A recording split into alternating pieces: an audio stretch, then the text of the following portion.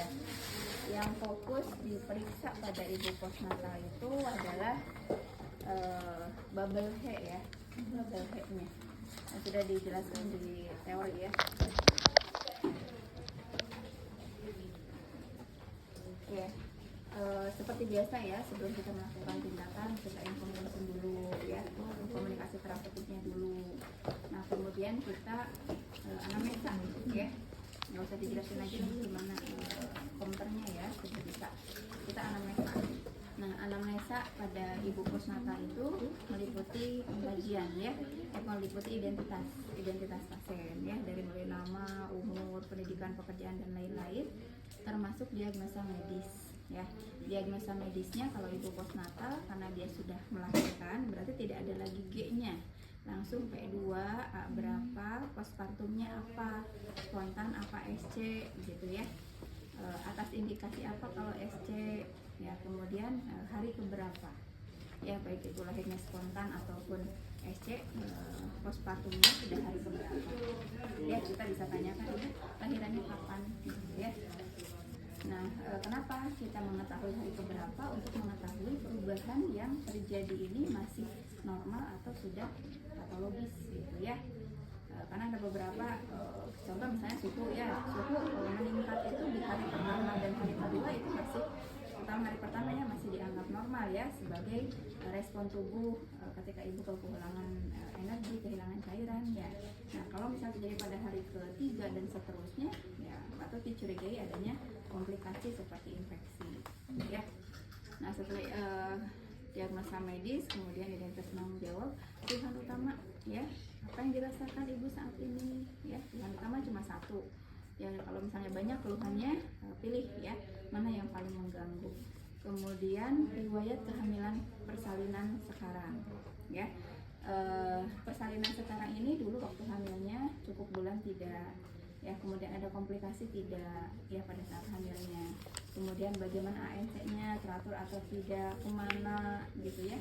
Kemudian ditanyakan juga riwayat persalinannya ya, jenis persalinannya apa, tadi kapan persalinannya, jenis persalinan tadi spontan apa, SC, menggunakan tindakan medis nggak seperti forceps vakum kalau spontan misalnya ya, menggunakan anestesi tidak gitu. Kemudian lama persalinannya ditanyakan skala 2-nya ya, dari mulai ibu kira-kira dari mulai dikatakan pembukaannya lengkap sampai lahirnya bayi itu kira-kira, kalau primi itu kan tidak boleh lebih dari 2 jam ya, kalau murti tidak boleh lebih dari 1,5 jam, kira-kira lebih dari 2 jam enggak kalau dia primi ya, ibunya baru pertama kali melahirkan gitu ya, untuk melihat ada tidak partus lama ya atau prolong labornya ya. Kemudian komplikasi saat persalinan ya, ada masalah tidak gitu. Itu kalau digali aja laporan persalinannya seperti apa, nanti bisa buktikan di status pasien ya, laporan persalinannya seperti apa. Kalau misalnya ibu pernah melahirkan hamil sebelumnya ya, kita tanyakan riwayat kehamilan dari mulai anak pertama, anak kedua, tadi sama ya, kehamilannya cukup bulan atau tidak, ada komplikasi, ANC-nya bagaimana, persalinannya bagaimana, termasuk nifasnya ya, nifasnya ada masalah nggak gitu ya, ada komplikasi nifas nggak seperti perdarahan, infeksi, atau mungkin depresi postpartum atau postpartum blues gitu ya. Nah itu digali. Kemudian hal lainnya mangga lah, riwayat ginekologi dan lain-lainnya sama ya. KDM-nya dari mulai kebutuhan oksigenasi, cairannya ada sesak nggak sekarang ya, sebelumnya gimana gitu, cairannya seperti apa, ibu nggak usah jelasin lagi ya, sudah detail waktu di antemortem ya. Nah setelah itu kita juga bisa mau langsung misalnya kondisi psikologis ya, kondisi data emosinya seperti apa, bisa saat ini atau nanti setelah selesai. Kalau disitu kan di akhir ya, di akhir wawancara tentang pengetahuan ya, apakah ibu sudah tahu bagaimana cara perawatan perineum ya ketika nifas, perawatan bayi, perawatan tali pusat, memandikan bayi ya, nutrisi, KB dan senam nifas dan lain-lain. Kita gali pengetahuannya ya, sudah tahu atau belum, sudah mendapatkan informasi atau belum. Kemudian kondisi emosionalnya, psikologisnya, apa yang sedang ibu pikirkan gitu ya, ada nggak perasaan-perasaan misalnya sedih tiba-tiba, marah tiba-tiba, atau ketakutan atau seperti apa gitu ya kita gali. Kan teorinya sudah dapat ya. Jadi apa yang mungkin muncul pada ibu terkait psikologisnya kita gali. Ya. Nah, kemudian tadi di KDM ya, di KDM kan nanti pengkajian fokusnya bubble hair ya. Bubble hair breastnya boleh ditanyakan. Ibu sudah mulai terasa ada produksi ASI-nya kan? Gitu ya, kerasa penuh ya, mulai kemudian sudah ada keluaran tidak? Gimana putingnya menonjol atau tidak? Nanti kita buktikan dengan pemeriksaan fisik. Ya, di uterusnya ibu ada mules nggak? Gitu ya, mulesnya kuat nggak? Untuk melihat kontraksi. Kemudian yang berikutnya adalah bawal ya, ibu sudah BAB karena mungkin masih terpengaruh dengan hormon kehamilannya, ibu konstipasi gitu ya. Kemudian bladdernya sudah kencing belum ya, kalau belum kenapa? Tadi juga BAB-nya ada keinginan nggak? Kalau belum ada keinginan BAB nggak? Gitu ya, apakah belumnya itu karena memang susah atau memang nggak ada keinginan gitu ya. Ya, kemudian lohea dan lain-lain bisa di situ ditanyakan, bisa sambil pemeriksaan ya. Nah, setelah anamnesa kemudian kita lakukan pemeriksaan fisik ya, tanda-tanda vital, berat badan, tinggi badan ya. Kemudian pemeriksaan fisik ya. Di kepala saya nggak usah jelasin lagi ya. Kita lihat ya, perubahan hormon kehamilannya masih nggak rontok, berminyak, berketombe-nya masih nggak. Apalagi kalau habis melahirkan kan mungkin ibunya masih hari pertama belum mandi ya, lihat kebersihan dan lain-lain. Pokoknya semuanya sama. Ya, jadi langsung ke bubble hair-nya aja ya, leher sama ya dengan antenatal. Ya. B yang pertama breast. Ya, tadi kan sudah ditanyakan ya. Oke, kita lihat ya, kita buka punten ya Bu ya, saya buka ya daerah payudaranya. Kita lihat bagaimana bentuknya. Biasanya kalau nifas kalau sudah mulai ada produksi ASI sudah kelihatan mengeras ya, membesar, kelihatan penuh ya. Kita lihat hiperpigmentasi dan lain-lain umum ya. Fokusnya apa? Putingnya. Putingnya menonjol nggak? Siap untuk menyusui tidak? Kemudian ada keluaran apa dari putingnya? Ada cairan bening kah? Ada mungkin ASI yang sudah keluar. Memang ASI itu keluarnya hari ketiga ya. Nanti kita jelaskan, Bu, ini sudah ada keluaran ya, bening. Ya, ini harus disusukan ya Bu ya, dikasihin ke bayinya ya. Ini bagus kolostrum namanya ya, kayak dengan gizi, kayak dengan zat kekebalan tubuh ya. Dan semakin sering disusuin maka produksi ASI akan semakin cepat keluarnya ya. Ibu nggak usah khawatir ya, jangan buru-buru ke bayinya karena nangis dikasih susu formula gitu ya, karena memang ASI itu akan diproduksi hari ketiga ya. Kalaupun belum ya, walaupun pada beberapa ibu mungkin di hari pertama sudah keluar ya. Kemudian ada benjolan dan lain sebagainya sama. Kemudian kita palpasi ya. Ya, ada bendungan ASI tidak. Ya, ada massa ya. Kemudian kita pastikan tadi keluarannya ya. Pijit apakah hanya kolostrum saja atau mungkin sudah ada ASI ya yang keluar. Untuk memastikan juga bahwa saluran air susunya tidak tersumbat. Itu breast ya. U-nya uterus. Ya, kemudian kita tutup, kita ke daerah abdomen ya. Kita lihat ya, uterus kan ada di abdomen ya, jadi sekalian dengan pemeriksaan abdomen. Kita lihat bentuk abdomen ibu yang habis melahirkan itu kan biasanya lebih kendor ya, strianya kelihatan, linianya masih ada gitu ya. Kemudian terlihat nggak rahimnya itu diinspeksi, tadi kan ditanya mulus atau tidak ya, kontraksinya bagus nggak? Biasanya kalau kontraksinya bagus terlihat si rahimnya itu membundar gitu, jadi ada batas jelasnya gitu ya, kelihatan ya. Kemudian nanti kita palpasi. Setelah inspeksi kemudian kita auskultasi ya. Kenapa diauskultasi ya? Karena ibu nifas mungkin masih terpengaruh dengan hormon kehamilan, peningkatan progesteronnya, motilitas ususnya turun, nanti bising ususnya biasanya lebih rendah ya, normal tapi di bawah. Kita dengerin bising usus di 4 kuadran. Setelah auskultasi perkusi ya, penurunan motilitas usus menyebabkan juga si ibunya mengeluh kembung ya pada saat hamil. Nah, mungkin sekarang juga masih kembung, apalagi kalau misalnya lahirnya dengan SC, pengaruh anestesi ya, jadi si ususnya belum bergerak ya, mungkin ibunya kembung, mungkin juga konstipasi karena pengaruh hormon kehamilannya ya. Kita pastikan ada nggak suara timpani ya yang berlebihan ya di semua keluarga ya. Kemudian mungkin kalau ibunya tadi mengatakan belum BAB sudah berapa hari ya, ada konstipasi mungkin di daerah kolon ya, usus besar ini lebih redup ya, karena ada penumpukan massa yang memadai ya. Nah, setelah perkusi kemudian palpasi ya, sama palpasi hepar, palpasi limpama enggak ya. Kita fokusnya ke mana? Palpasi ke tadi bawelnya ya. B yang kedua itu bawelnya. Nanti nggak usah berurutan juga nggak apa-apa ya. Bawelnya tadi dia sudah BAB enggak? Kalau misalnya belum, sambil palpasi juga. Ada massa nggak yang mengeras, terutama di daerah kolon ya, usus besar ya. Kemudian bladdernya, ada distensi nggak, ada retensi urin nggak. Tadi misalnya ibunya belum bisa BAK karena takut gitu ya, atau mungkin susah gitu ya, kayak ketahan gitu. Nah, kita pastikan ya kandung kemihnya kosong atau penuh ya. Itu B yang ketiga, bawel, bladder ya. Kemudian uterusnya bubble ya. Nah, baru sekarang kita ke uterus ya. Tadi sudah dilihat kan uterusnya di mana, kemudian kita palpasi ya. Palpasi cukup pakai satu tangan aja ya, karena kan kecil ya, nggak besar kayak ibu hamil ya. Kita palpasi ya, bagaimana kontraksinya. Kalau terabanya keras kuat ya, keras seperti meraba kepala ya, berarti kontraksinya kuat. Kemudian posisi rahimnya itu ada di tengah atau dia miring ke pinggir gitu ya. Nah, itu menandakan bahwa tonus ototnya nggak bagus, ligamennya nggak bagus, kendor ya, sehingga posisi rahimnya nggak tegak gitu ya. Jadi dia miring-miring karena kendor gitu ya.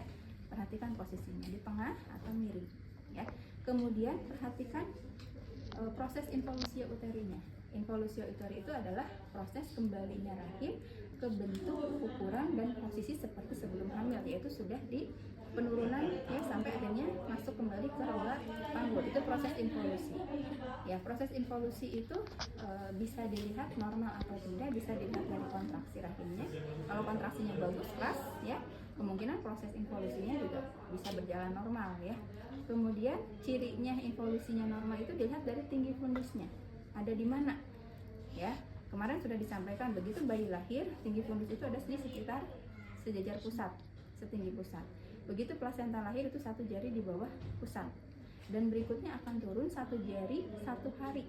Makanya tadi ditanya, ibu hari keberapa sekarang, untuk melihat posisi rahimnya harusnya sudah ada di mana ya, berapa jari gitu ya, tergantung dia hari keberapa ya. Oke, itu di uterusnya. Nah, di abdomen juga ya, kita mengkaji diastasis rectus abdominalis. Diastasis itu peregangan rectus, serat otot rectus abdominalis ya, serat otot abdomen. Yang awalnya pada saat tidak hamil itu dia vertikal, kencang, lurus ya, ketika hamil dia melar. Nah, kita lihat peregangannya ya. Peregangan itu bisa dilihat masih ada rongga nggak. Kalau meregang kan di sini kosong ya. Nah, kita kaji peregangannya, lebarnya berapa, kemudian panjangnya berapa ya. Posisi ibunya harus tanpa tidur telentang tanpa bantal ya, kita informasikan. Kadang kan ibunya males ya untuk dikaji, takut nyeri. Jadi kalau yang SC ya, kita lakukan counter dengan baik ya. Ibu, saya mau lihat nih bagaimana nih otot-otot rahimnya, otot-otot perutnya sudah kembali kencang nggak gitu ya. Saya kaji supaya nanti saya tahu bagaimana kekuatan ototnya, jadi nanti bisa dibantu untuk mengembalikan kekencangan ototnya. Kita biasanya dia mau kalau diiming-imingi seperti itu ya, biar perutnya kembali langsing gitu ya. Punten ibu kalau diganti diambil bantalnya pusing nggak gitu ya. Kita izin dulu ya, kita ambil bantalnya, kemudian kita kasih perintah ya, Bu. Ibu, nanti saya kan mau lihat nih kencangan ototnya ya. Ibu posisi tangan kita ya itu di bawah prosesus, di bawah ulu hati di sini ya. Nanti ibu suruh bangun 30-45 derajat sit up ya. Ibu bangun, kalau nggak kuat ibu tidur lagi ya. Makanya kita harus cepat ya. Ukur panjangnya, kalau lebarnya lihat aja dari jari kita. Jari kita masih bisa masuk ke rongga itu berapa jari, berarti itu lebarnya 2 jari, berarti sekitar 2 cm ya. 3 jari sekitar 3 cm Ya kenapa harus bangun? Karena kalau tidak bangun nih gini, ya lembek semua, ototnya nggak kontraksi. Kalau bangun kan otot kontraksi, jadi ngejepit gitu kerasa. Ya, oke Bu, bangun ya. Ibunya bangun, langsung ya kita selusuri napas masuknya. Boleh tadi 3 dulu ya. Pas masuk jadi menyempit, jadi cukup 2. Oke, sudah nggak kuat turun lagi. Kasih tanda di mana, kemudian kita ukur panjangnya. Tadi kan lebarnya mah udah kerasa ya, berapa jari kita yang masih bisa masuk jepit. Kalau lebarnya, panjangnya kita ukur incinya di atas. Tadi dari mana ke mana berarti panjang kali lebar. Ya nggak usah dikalikan, cuma misalnya 2 kali 8 misalnya. Ya. Untuk melihat ya, kenapa dia statis ini dilihat? Tadi untuk melihat kontraksinya bagusnya. Ya, sebenarnya kalau pengaruhnya kontraksi itu nggak bagus ke otot abdomen kan nggak terlalu ngaruh ya, hanya estetikanya aja ya, nggak bagus gitu ya, perutnya masih gelambir gede gitu ya. Tapi kalau pengaruh kontraksinya ke rahim itu sangat berbahaya ya. Kalau kontraksinya nggak bagus ya, otot rahimnya kurang kontraksi bisa perdarahan ya ibunya. Oke, sudah ya Bu ya, bagus ya. Ini udah mulai kencing. Nanti kalau ibunya udah bisa aktivitas ini, ibu bisa ikutan senam nifas ya, supaya lebih cepat lagi. Bubble L ya, Lohea. Ya, kita punten ya Bu ya, saya mau lihat ibu terakhir ganti pembalut jam berapa. Ya, gimana Bu darahnya? Warnanya apa? Penuh nggak? Gitu ya. Kemudian ada bekuan-bekuan darah nggak, atau mungkin ada bekuan-bekuan yang warnanya agak pink gitu ya, nggak merah darah beku ya. Kalau darah beku kan merah gitu ya, ini mah agak pink ya, mungkin itu jaringan-jaringan ya, sisa-sisanya, atau mungkin kayak ada selaput ya. Oke, loh kayaknya ya.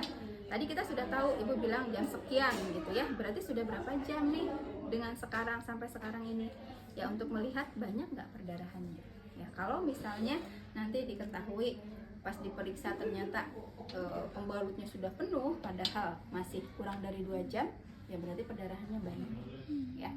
Kita kaji jenis loheanya, lohea apa tadi sudah disampaikan, warnanya apa. Oh merah, berarti rubra mungkin ya. Nanti kita pastikan dengan pengkajiannya ya, kita jaga privasinya, kemudian kita buka ya celana dan juga pembalutnya sambil dilihat ya jumlah perdarahannya, banyak sedikit ya, sedang, banyak, atau berlebihan sampai tembus gitu ya, sampai ke celananya. Nah itu ya, sambil dari sini juga udah kecium ya baunya normal apa tidak. Kalau misal berbau busuk berarti ya kemungkinan tidak normal, ada infeksi gitu ya, kita lihat. Oke, kita buka, nah, kita pasang ya ininya, kemudian ya kita bersihkan pakai pasta steril ya, diisi betadine ya. Nanti kalau di lapangan lihat dulu ya apakah kering atau apa, ikuti ya, jangan ujuk-ujuk langsung. Misalnya nanti kalau praktek ya, oh pakai betadine, tanya dulu kalau di sini pakai apa ya. Ya seperti biasa ya, kita ambil kita pakai apa, sebelum itu kita pakai tadi handscoon sterilnya ya, kita pasang double ya, kemudian kita ambil 5 ya, sama aja lah, ini mah nggak seperti ini, udah tahu kan ya. Ya, kita bersihkan labia mayoranya ya satu-satu, kemudian labia minoranya satu-satu, dan terakhir bagian tengahnya ya. Tadi sambil diperhatikan ya loheanya jenisnya apa. Ada lohea rubra, kalian baca lagi lohea rubra itu seperti apa, warnanya merah darah ya, berisi bekuan darah atau stolsel ya, atau sisa-sisa jaringan, sisa vernix, sisa lanugo ya, itu biasanya keluar pada hari pertama sampai hari ketiga. Kemudian ada lohea serosa, biasanya keluar hari keempat sampai hari ke-9 ya, warnanya udah pink atau kecoklatan ya. Kemudian hari ke-10 sampai minggu ke-6 itu lohea alba ya, jadi tidak berwarna merah lagi tapi berwarna bening kekuningan ya. Itu kalaupun misalnya nggak sesuai ya, yang penting mah tidak berbau busuk ya, jumlahnya tidak bertambah banyak ya, banyak sekali, nah itu masih dianggap normal gitu ya. Kita perhatikan, kemudian kita ambil ya kasak sterilnya, kemudian kita lingkarkan di tangan kita ya, kemudian kita masukkan ke dalam, masuk kayak perisa dalam ya, dibersihkan, keluarin ya yang stol-stolnya ya, atau bekuan-bekuan darahnya dikeluarin sampai bersih ya. Kalau perlu ambil lagi ya, dikodok aja ke dalam ya.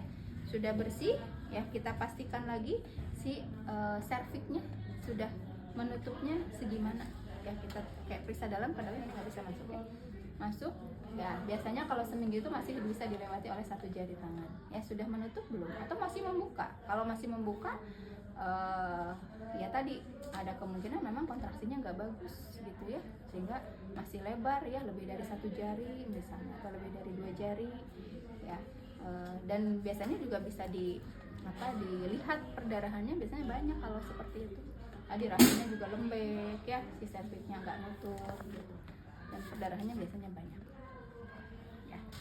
Nah kemudian kalau kayak ya bubble, kalau kayak dan E-nya buble kan ya, E-nya episiotomi ya. Pasien di gunting nggak? Tadi kan ditanya riwayat persalinannya ya, di vakum, forceps atau di episiotomi ya. Kita lihat kalaupun tidak ada episiotomi, ada ruptur nggak, robek yang mungkin dijahit ya. Kita kaji di daerah luka jahitan ruptur atau luka jahitan episiotomi, ada tidak tanda infeksi yang disingkat reda ya. Nah posisi ibunya bagusnya posisi SIM ya. Kita buka dulu tadi sarung tangan sterilnya ya, atau nanti kalau memang ada luka tetap pakai dulu ya, karena nanti akan pegang-pegang ya. Kita luruskan ya, kemudian ibunya posisi SIM ya, kita tempelkan, nanti dia miring seperti ini ya. Kita buka, kemudian boleh kita pakai ini ya untuk megang-megangnya ya. Kita lihat tanda infeksinya, redanya, R-nya apa, redness, ada tidak kemerahan, E-nya udem, ada bengkak tidak, yang kedua ada ekimosis ya, ada lebam-lebam atau bintik kemerahan ya. Kemudian D-nya discharge, kita tekan lukanya ya, apa yang keluar dari luka tersebut, apakah cairan bening, apakah darah atau pus nanah ya, kalau ada tanda infeksi. A-nya approximation, kita lihat bagaimana pertumbuhan jaringannya ya, si jaringannya sudah menyatu belum ya, sudah bagus gitu ya, atau malah ngebuka Wunderhausen ya. Nah, itu biasanya temukan kalau ada tanda infeksi ya. Oke, sudah ya, tidak ada tanda infeksi yang bagus ya, jaringannya juga sudah bagus. Kemudian hemoroidnya dicek ya, kalau memang ada hemoroid kita cek derajat berapa hemoroid ya, baca lagi derajat. Oke, sudah selesai ya Bu ya, bagus, nggak ada masalah ya. Kita bereskan tadi, buka handphone sterilnya ya, simpan. Kita kembali ke handphone yang pertama. Nah kemudian kita pasangkan lagi ya celananya. Kalau pembalutnya sudah penuh tadi, sekalian diganti pembalutnya ya, pasangkan lagi celana.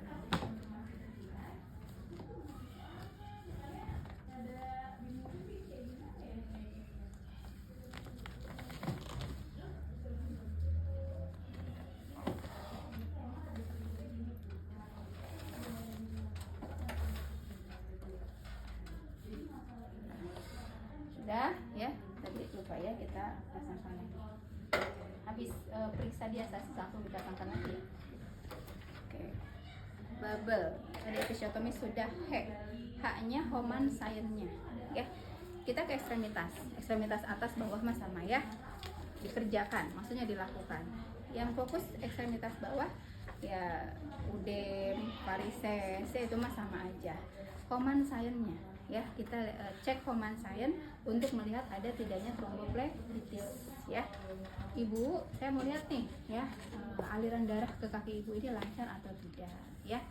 Ada infeksi tidak, ada peradangan tidak di betis ibu ya. Kalau karena nifas itu banyak nyeri ya, misalnya karena payudaranya bengkak gitu ya, mungkin nyeri ininya mules atau ada luka SC ya, ininya juga sakit ya. Jadi kita harus lokalisir nyerinya ya. Ibu, saya mau ngecek ini peredaran darah ibunya lancar atau tidak. Nanti ketika telapak kakinya ditekuk, ibu rasakan ya di betis. Kerasa nggak bu? Saya pegang betis ibu. Kerasa misalnya. Ini betisnya di sini ya bu ya. Jadi jangan nyeri di mana-mana. Bukan nyeri yang lain ya, tapi nyerinya di sini. Boleh diangkat seperti ini. Yang penting lututnya tidak nekuk. Kalau misalnya nekuk terus, kita tahan gitu ya. Kalau enggak bisa dilurusin. Ya. Nggak usah ditahan lututnya. Boleh diangkat 30 derajat atau lurus gini juga boleh. Nah kalau ini bisa. Nyeri nggak bu di betisnya? Gitu ya. Sebenarnya kalau ada trauma betis sudah kelihatan si kakinya bengkak, kemerahan ya. Ketika diraba juga hangat gitu ya. Dan ketika dipersihkan ya nyeri dua-duanya. Ya, antropometrik dan lain-lain sama dikaji. He ya, E-nya emosi. Ya tadi kan sudah ditanyakan gimana perasaan ibunya. Ya emosinya gimana bu? Stabil nggak? Atau mungkin tadi tiba-tiba nangis aja tanpa sebab yang jelas gitu ya, sedih atau tiba-tiba marah gitu ya. Itu kalau memang tidak jelas stimulusnya berarti kan nggak stabil gitu ya. Dan reaksinya berlebihan ya juga itu tidak stabil gitu ya. Untuk melihat ada tidak kemungkinan ibu ini mengalami postpartum blues atau baby blues, atau bahkan yang lebih parahnya lagi adalah depresi postpartum ya, misalnya menarik diri, nggak mau diajak nongkrong juga nggak mau, menghindar gitu. Selain perasaan-perasaan tadi ya, kita gali pokoknya semua kondisi psikologis dan emosionalnya ya, bagus. Itu yang wajib ya, nggak boleh ketinggalan. Yang lainnya tambahan hampir sama dengan pemeriksaan fisik. Oke, itu mungkin untuk pemeriksaan fisik. Nah setelah itu bereskan alatnya, kemudian posisi pasiennya dirapikan kembali ya. Ibu nyaman nggak bu posisinya? Oke, ya jangan lupa didokumentasikan ya. Kita bereskan di tangan dan dokumentasikan apa yang dilakukan. Oke. Nggak banyak kalau postpartum yang nggak banyak tuh nggak banyak yang dijelasin karena sudah banyak dijelasin, jadi tinggal fokusnya kalian tetap belajar semua. Oke, mangga.